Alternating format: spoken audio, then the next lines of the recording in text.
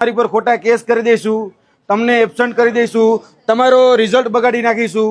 આ બધા વિદ્યાર્થીઓ ડરે છે, એટલે ડરે નહીં એટલે હું અહીં તમારી પાસે લઈને આવ્યો છું.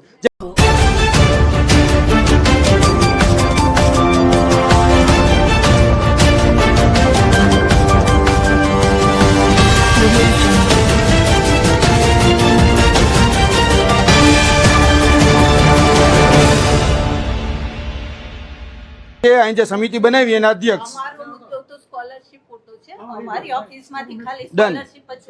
સ્કોલરશીપમાં ઉભા હવે સ્કોલરશીપ વાળી વાત કરીએ.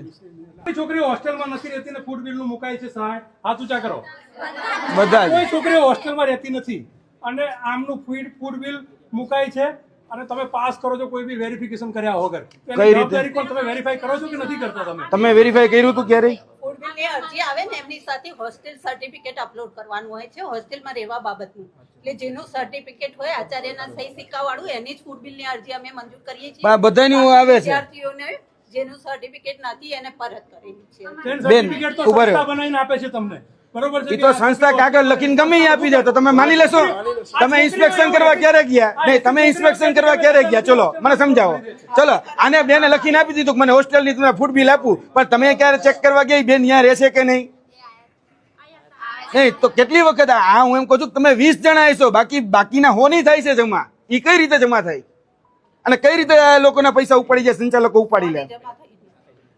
જેટલા અહીંયા બેઠા એટલાની તો થાય જ છે બેન. ફોર્મ શું કરવા ભર્યું? આપણે સ્કોલરશીપ સંસ્થાએ શું કરવા ભરાવડાવ્યું? આ હોસ્ટેલમાં દીકરીઓ રહેતી નથી તો શું કરવા ફોર્મ ભરાવડાવે છે? કે તમારી જોડે મિલી ભગતથી એમને એવું લાગે છે કે અહીંથી પૈસા મળી જશે, આપણે સેટિંગ કરીશું. હોસ્ટેલ માટે તમારે વેરિફિકેશન કરી અને તમારે પૈસા ચૂકવવાના હોય છે, બરોબર છે? તમે વેરિફિકેશન કરો તો બીજા છોકરાને કેટલા છોકરાને હોસ્ટેલના પૈસા ચૂકવાયા છે? હાથ ઊંચા કરો જે ના રહેતા હોય. ફૂડ બિલ આવ્યું એવા બતાવો, હાથ કરો. આ બધા છોકરાઓ છે. સ્ટુડન્ટ ભરે છે અને આચાર્યશ્રીના સહી સિક્કા વાળું બેન આચાર્યના સહી સિક્કા જો ગમે કરી નાખે તો સંચાલક છે તો કરવાના જ ને બેન. તમારી જવાબદારી છે. ખરેખર સાચા છે કે ખોટા છે જવાબ એનો તમારે દેવાનો છે કે તમે કેમ ક્રોસ વેરીફાઈ નથી કરતા. તકલીફ ત્યાં છે અમને. આપણે અધિકારી તરીકે ફરજ બજાવતા હોય તો અધિકારી તરીકે અહીંયા કેમ જોવા નથી જતા? એ ક્રોસ વેરીફાઈ આપણે અહીંયા હોસ્ટેલમાં 2 રૂમની અંદર 100 છોકરાઓ કેમ રહે? આપણે એની તપાસ કેમ નથી કરતા?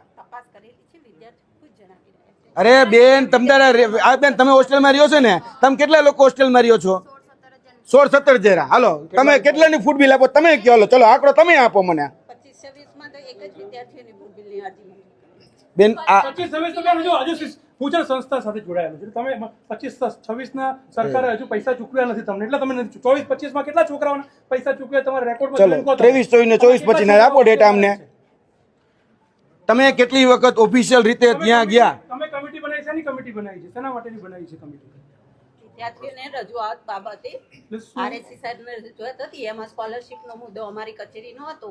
તો સરે સ્કોલરશીપના મુદ્દા બાબતે અહીંયા સમિતિ બનાવી અને પ્રશ્નો સાંભળવા અને જે કાર્યવાહી કરવાની. અત્યારે છોકરાઓ આયા છે એ લેખિત તમને આપે છે કે ભાઈ અમે હોસ્ટેલમાં રહ્યા નથી અને અમારા પૈસા લઈ એમના ખાતામાં આવ્યા અને સંસ્થાએ લઈ લીધા છે, એવું લેખિતમાં અત્યારે તમે આપો છો. શું એક્શન લેશો તમે? અમને નિવેદન લેખિતમાં મળી જાય તો અમે રિકવરી કરીશું. ડન છે 100%. અમે આપીશું તમને તારે. બીજી વાત કે અહીંયા કયા કોર્સ ચાલે છે? આપણે આ જે અત્યારે મા ગાયત્રી નર્સિંગ સંસ્થા રહી એની અંદર કયા કોર્સ ચાલે છે બેન?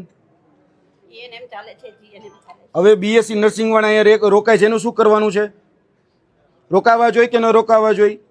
બીએસસી નર્સિંગ ચાલે છે અહીંયા, બીએસસી નર્સિંગના વિદ્યાર્થીઓ અહીંયા ભણે છે, પરીક્ષા દેવા કયા વરણ જઈએ? તો સંસ્થાનું સંચાલન છે, એમાં અમે નહીં પણ સંસ્થા અહીંયા તો છે જ નહીં. તમારે તો કંટ્રોલિંગ બોડીમાં તમે છો. GNC કયા વરણ છે એટલા માટે? ટ્રાયબલની